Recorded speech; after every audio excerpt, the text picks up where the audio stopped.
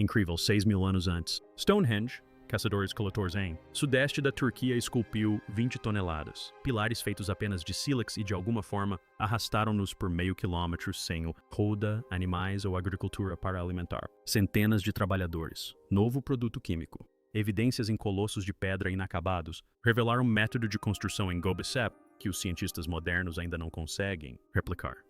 Como as pessoas que supostamente não havia nada que pudesse construir o impossível e quais são as técnicas secretas de hoje? Especialistas com dificuldades para explicar? Isto é aí que começa o maior mistério de Göbekli. Em Göbekli, a escala do artesanato destaca-se muito antes de qualquer pedra ser encontrada. Nunca se moveu. Os arqueólogos medem os pilares centrais com 5,5 metros de altura, pesando até 20 toneladas cada, esculpidas inteiramente. Da crista calcária abaixo do local, sem cinzéis de metal ou ferramentas avançadas. Nunca foram encontrados aqui. Em vez disso, milhares de lâminas de sílex, raspadores e os galhos espalhados pela área. Cada um com formato e descartadas pelas mãos que trabalhavam a pedra, o único jeito que eles conheciam. Através de paciência e repetição, o próprio calcário é resistente. Cristalina e repleta de natural falhas geológicas. Trabalhadores cavaram canais profundos, ao redor do contorno de cada pilar, usando nada além de sílex afiado, explorando essas fraquezas para libertar a pedra. O processo deixou para trás marcas inconfundíveis. Marcas ásperas, irregulares e inconfundivelmente humano. Nenhuma evidência aponta para cobre ou outros metais e estudos microscópicos de... As marcas da ferramenta ainda estão ausentes do registro. No entanto, os resultados são surpreendentes. Nos pilares verticais, relivos de animais, raposas, escorpiões, abutres se elevam quase 2 centímetros da superfície, esculpido com uma precisão que desafia a simplicidade de as ferramentas. Alguns relevos envolvem a pedra, curvas, suas linhas limpas e deliberadas, sem qualquer sinal de hesitação ou erro. Doutor, veja Yaen, um dos principais especialistas em líticos, descreve o processo como uma espécie de coreografia. Equipes de trabalhadores iriam... Os turnos são rotativos, cada um fazendo a sua parte. Albicar, raspar e alisar pedra. Ao longo de semanas ou meses, o pilar lentamente tomaria forma, suas laterais quadrada, com sua travessa superior formada e sua superfície preparada para detalhes. Escultura. Os relevos mais intrincados. Exigia não apenas força bruta, mas também mão treinada. Uma que pudesse controlar a pressão de uma lâmina de sílex para criar sombras e profundidade em rocha sólida. Na pedreira próxima, a história toma um rumo diferente. Aqui está, um monólito inacabado, ainda enraizado em a rocha matriz após mais de 11.000 anos, medindo quase 3 por 3 metros em sua base. Este bloco é maior que qualquer outro. Um pilar ainda não descoberto no local. A massa é estimada em cerca de 50 toneladas. Trincheiras de pedreira se estendem por 2 lados, mas a pedra nunca se desprendeu completamente. Não, ninguém sabe por que o trabalho parou. Uma falha foi encontrada, ocorreu um desastre, ou a força de trabalho simplesmente seguiu em frente. Abandono deste gigantesco meio congelado, a extração indica os limites de a ambição neolítica e o imprevisível. Desafios que esses construtores enfrentaram. Presença de pilares acabados e o colosso abandonado demonstra maestria, de trabalhos em pedra que antecedem a agricultura por séculos. Cada marca na pedreira, cada relevo esculpido é um registro de engenhosidade. Prova de que mesmo sem a roda ou metal, esses primeiros construtores compreendiam seu material, suas ferramentas e a paciência necessária para moldar o impossível. O verdadeiro enigma em Göbekli começa quando os pilares saem da pedreira, cada um. Monolito em forma de T pesando até 20 toneladas. Teve que ser movido por mais de 500 metros de terreno acidentado sem a ajuda de rodas, animais de tração ou qualquer outro meio conhecido. Veículos. O planalto calcário desce, em alguns lugares bastante irregular, com muitos detritos soltos. Pedras e fendas escondidas. No seco, nesta estação, o solo fica duro e ressecado. Irregular. Depois das chuvas de inverno, fica escorregadio e traiçoeiro. O percurso da pedreira até a recintos é tudo menos isso. Simples assim. O arqueólogo Dr. Amir Çelik passou anos modelando como uma sociedade de caçadores-coletores poderia ter. Realizou esse feito. Sua equipe mapeou o ginásio de 500 metros, levando em consideração cada declive, afloramento rochoso e variação sazonal. Suas simulações mostram que o atrito, só isso já teria tornado arrastar uma carga de 20 toneladas uma tarefa árdua. Pedra sobre rocha nua quase. Impossível. Mesmo com um trenó feito da madeira, a força bruta necessária quebraria cordas e lascaria madeira. A solução, sugere Çelik, vem da própria terra. Água da chuva. Coletadas em depressões rasas. transformando poeira em lama e baixando fricção suficiente para o movimento. Em experimentos, equipes despejaram água à frente do trenó, reduzindo o arrasto em quase metade. Alguns testes trocaram água por gordura animal ou óleos vegetais, atingindo até mesmo passagem mais suave. Mas mesmo com perfeição, considerando as condições, os números são impressionantes. Puxar um único pilar morro acima exige a força de pelo menos 40 pessoas só para colocar as coisas em movimento, mantendo-as assim, sob controle em uma encosta ou ao redor de um... A curva exige o dobro disso, 80 mãos. Cada um se esforçando contra as cordas. Os testes de campo de Selic descobriram que para pedras maiores, no mínimo 100 trabalhadores, era necessário para manter o progresso constante, e até 500 para a segurança e coordenação durante o período mais perigoso. Extensões. A logística se torna ainda mais assustador quando se considera a escala do local. Mais de 200 pilares. Cada um que requer um salão dedicado. Não há sinais de animais domesticados ou com rodas, carrinhos em qualquer lugar no sítio arqueológico, registro desse período. Tudo indica que se trata de pura força humana. Cordas torcidas a partir de plantas silvestres e trenós esculpidos em árvores locais. Mão de obra necessária para um único pilar rivaliza com a de uma construção moderna, projeto. No entanto, essas pessoas não tinham fazendas, sem grãos armazenados e sem permanência. Aldeias. Alimentar e organizar centenas de... Os trabalhadores teriam sido um monumento, um desafio para qualquer comunidade neolítica. Selic argumenta que tais esforços só foram sustentadas durante curtos períodos, reuniões sazonais, talvez ligadas a festas ou rituais em vez de por uma força de trabalho permanente. Esse paradoxo do trabalho está no cerne de O Mistério de Göbekli. Como uma sociedade sem agricultura reúna o povo, a comida e a vontade de construir sobre isso. Uma escala? A resposta pode estar não apenas em força bruta, mas no planejamento e coordenação que se seguiu. 12 círculos, cada um definido com precisão que parece estar fora de alcance para mãos da Idade da Pedra ancoram o coração de Göbekli Tepe. À primeira vista, o site parece caótico, pilares erguendo-se em direções estranhas, intervalos, recintos sobrepostos no poeira. Mas quando os topógrafos mapearam os pontos centrais dos recintos B, C e D, uma ordem oculta veio à tona. Linhas que conectam esses três centros formam um equilátero quase perfeito, triângulo, cada lado medindo aproximadamente 19,25 metros. O eixo principal do triângulo foi desenhado. Perpendicular à base entre B e C corta o ponto médio de forma precisa. Recinto D. Isso não é resultado de acaso, é a marca de algo deliberado. Planejamento, um princípio geométrico executado em uma escala que desafiaria até mesmo construtores modernos sem ferramentas avançadas. Professora Barbara Horses, uma historiadora da arquitetura, aponta para a disciplina matemática por trás disso. Layouts. Os construtores não apenas definiram pedras em um círculo irregular. Eles trabalhavam a partir de um projeto mental, traduzindo modelos de pequena escala ou diagramas de corda em estruturas com mais de 20 metros de largura. O central, os canteiros em cada recinto estão exatamente no centro geométrico, alinhando-se com o eixo dos enclausuramentos dentro de uma fração de certo grau. Até mesmo as paredes do recinto, embora desgastadas pelo tempo, seguem arcos tão regulares que as modernas varreduras a laser se sobrepõem perfeitamente às pedras antigas. A margem de erro é frequentemente inferior a meio grau, um nível de precisão que exige medições cuidadosas, não palpites. Os arqueólogos debatem as ferramentas utilizadas para alcançar essa precisão. Não há evidências de plantas escritas, bússolas de metal ou réguas de medição. Em vez disso, o consenso aponta para cordas, estacas e um olhar treinado.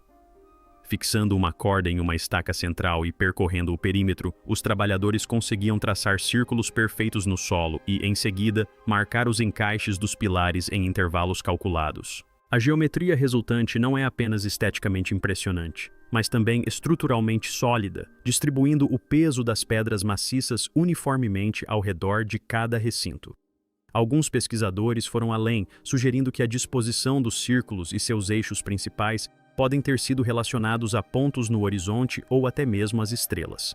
Um estudo mapeou o eixo do recinto D e descobriu que ele se desvia do norte verdadeiro em apenas 0 graus. O mesmo desvio que a estrela brilhante Denby teria apresentado no céu por volta de 9600 a.C.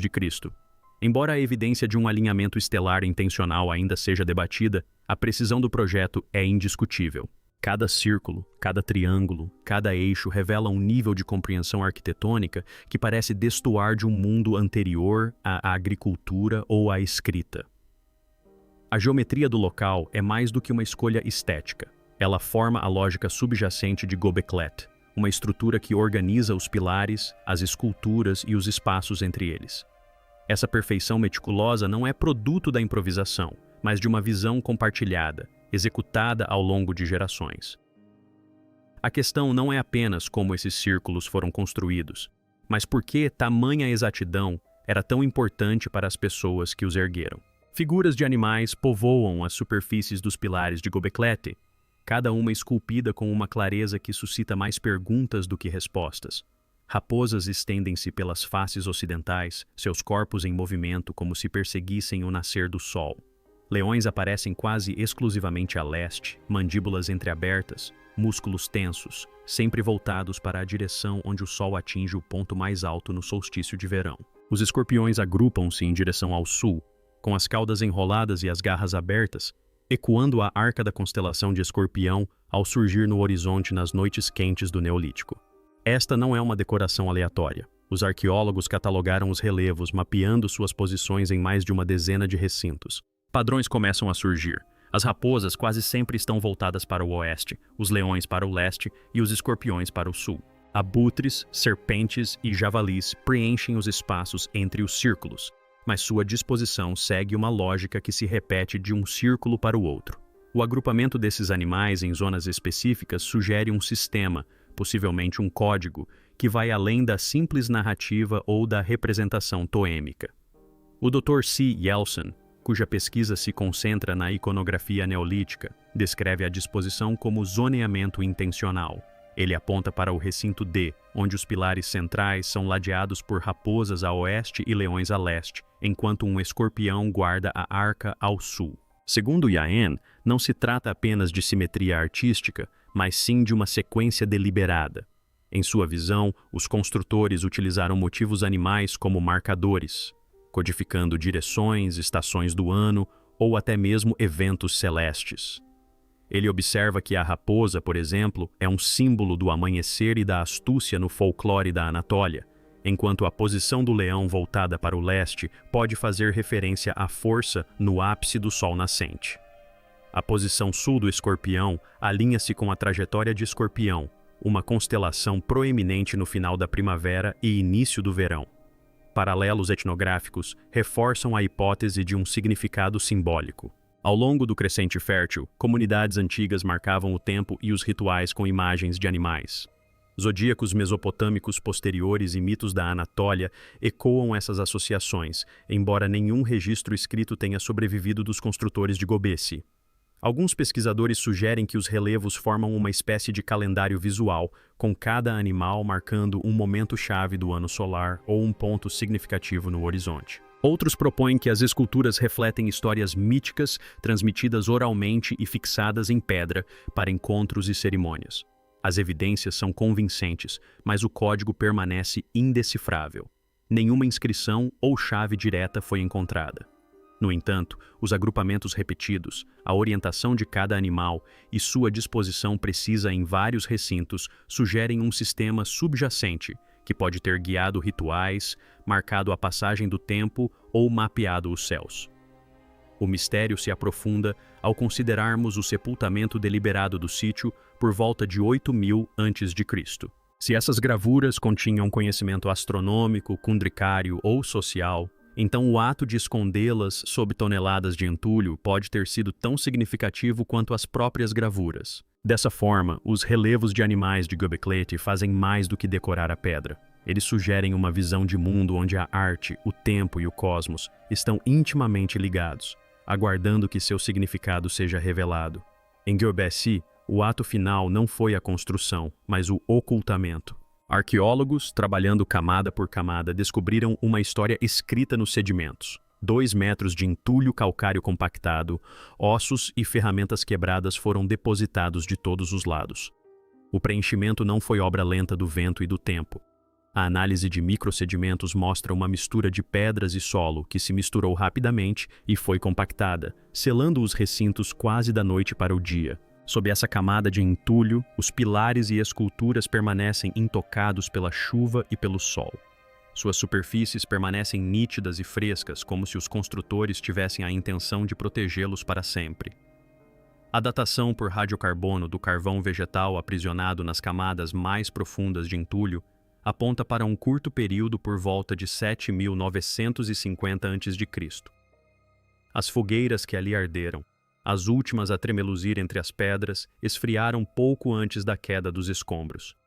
Por quase 3.000 anos depois disso, ninguém construiu ou sequer acampou nesta colina. O registro arqueológico permanece silencioso, uma lacuna sem cerâmica, sem sepultamentos, sem qualquer sinal de retorno.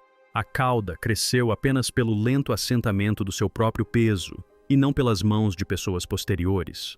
A professora Barbara Horris, ao analisar a estratografia, descreve o sepultamento como deliberado e sistemático. Ela observa a ausência de erosão nos pilares expostos, mesmo após milênios sob a terra. O aterro é limpo demais, uniforme demais para ser obra do acaso. Nenhum outro sítio arqueológico dessa época apresenta algo semelhante. Nenhum enterro em massa de monumentos, nenhum ritual de ocultação de conhecimento nessa escala. 15 anos antes, o mundo emergia da era mais jovem e seca, um período de frio e caos. Agora, com o aquecimento do clima e a disseminação de novas culturas, Dibecepe foi silenciosamente apagada da vista. O motivo desse grande ocultamento permanece tão enigmático quanto as próprias pedras. Em 2024, uma nova onda de investigações científicas varreu Göbekli Tepe.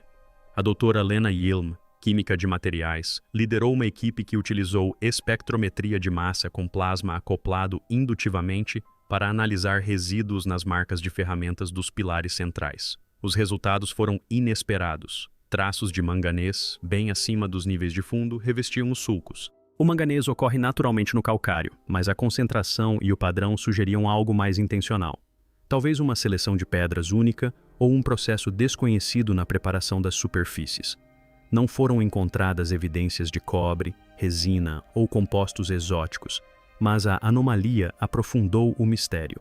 Enquanto isso, unidades de radar de penetração no solo operadas pela equipe do Dr. Amir Telk mapearam as camadas não escavadas da colina. As varreduras revelaram um labirinto sob os recintos visíveis, com pelo menos mais 17 estruturas circulares e retangulares, cada uma reproduzindo a geometria das estruturas acima do solo.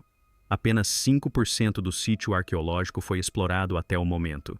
As imagens de radar sugeriram uma escala e complexidade ainda ocultas sob séculos de solo, indicando que os recintos conhecidos podem ser apenas a superfície de uma rede muito maior. Geneticistas se uniram ao esforço, extraindo fragmentos de DNA antigo de raros restos humanos encontrados no aterro. O sequenciamento revelou uma mistura dos haplogrupos H2 e J1 tipicamente disseminados pela Anatólia e pelo Levante. Essa diversidade aponta para um local de encontro, não uma aldeia local, um destino para pessoas de regiões distantes que se reuniram antes do surgimento de cidades ou estados. Para testar os limites da construção antiga, arqueólogos experimentais passaram 4 meses replicando a extração e o transporte de pilares usando apenas ferramentas da época. O esforço estagnou. As picaretas de sílex se desgastaram rapidamente e os trenós de madeira se quebraram sob o peso. Mesmo com equipes de voluntários, o ritmo ficou muito aquém dos prazos estimados. O experimento terminou com o pilar ainda meio enterrado, o método incompleto. Apesar do planejamento e dos recursos modernos, o segredo por trás da construção de Göbekli permanece inalcançável, amplificado a cada nova descoberta. Os segredos de Göbekli não estão apenas enterrados em pedra. Estão enterrados naquilo que pensamos saber sobre as origens da humanidade.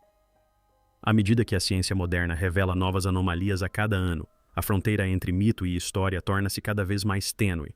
O que mais se esconde logo abaixo das nossas suposições, à espera de reescrever a história da civilização? Às vezes, as perguntas mais antigas são aquelas para as quais estamos menos preparados para responder. Qual é a sua teoria? Vamos conversar nos comentários.